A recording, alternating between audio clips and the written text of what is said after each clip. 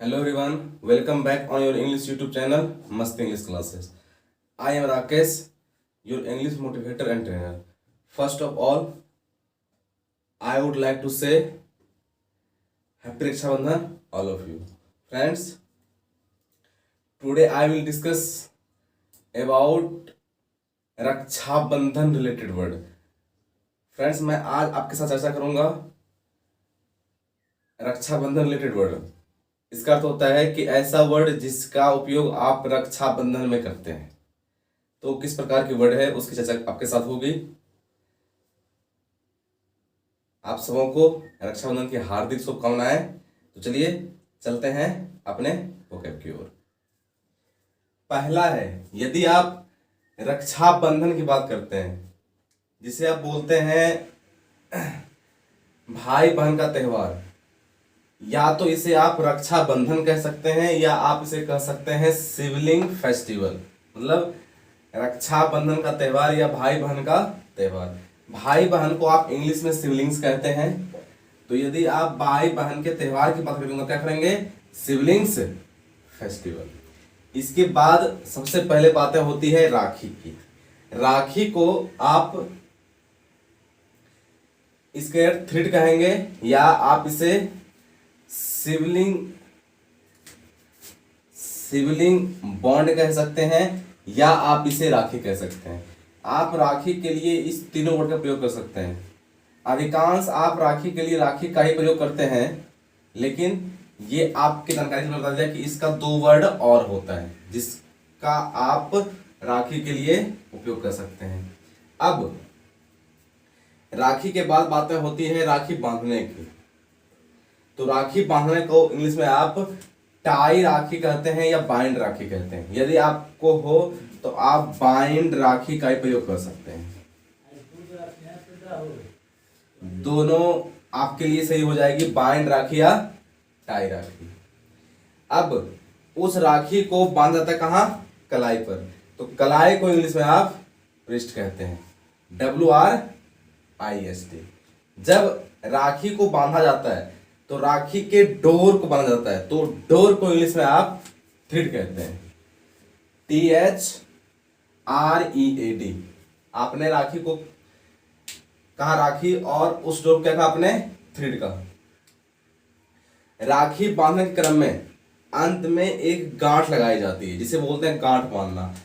गांठ बांधने में आप क्या कहते हैं? नॉट कहते हैं, KNOT. इसे क्या पढ़ेंगे आप? नॉट. अब राखी बांधने के बाद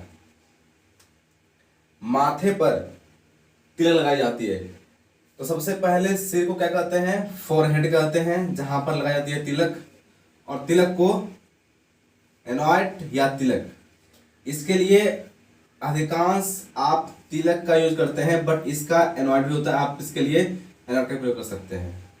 अब इतना होने के बाद बहन के द्वारा भाई का आरती उतारा जाता है. तो आरती उतारना को इंग्लिश में आप कहते हैं प्यूरिफिकेशन सेरेमनी. इट्स कॉल्ड आरती उतारना, प्यूरिफिकेशन सेरेमनी. अब इस बाद क्या होता है? बहनें या भाई जो बड़े होते हैं, ओल्डर होते हैं, वो छोटे के लेग को टच करते हैं, तो उसे कहते हैं आप टच द लेग. इतना होने के बाद भाई अपने बहन को गिफ्ट देते हैं. तो गिफ्ट को आप इंग्लिश में गिफ्ट ही कह सकते हैं, इसे आप उपहार कहते हैं.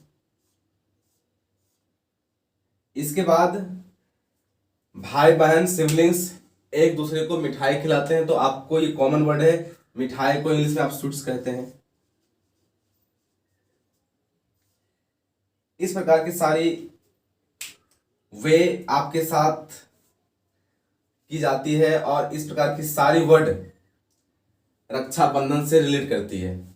यदि इसके अलावे कोई भी ऐसी वर्ड हो जो आपके साथ अभी किसी समय डिस्कस नहीं की गई हो, तो उसके लिए आप कमेंट बॉक्स में उस वर्ड की हिंदी को लिखें और आपको उसका रिप्लाई दिया जाएगा कि उसकी इंग्लिश क्या होती है. फ्रेंड्स, मुझे उम्मीद है कि आपको यहां तक की क्लास पसंद आई होगी और आपने इससे रक्षाबंधन सिबलिंग्स डे, राखी डे, रक्षाबंधन से रिलेटेड वर्ड को सीखा होगा और आपको ये पसंद आई होगी।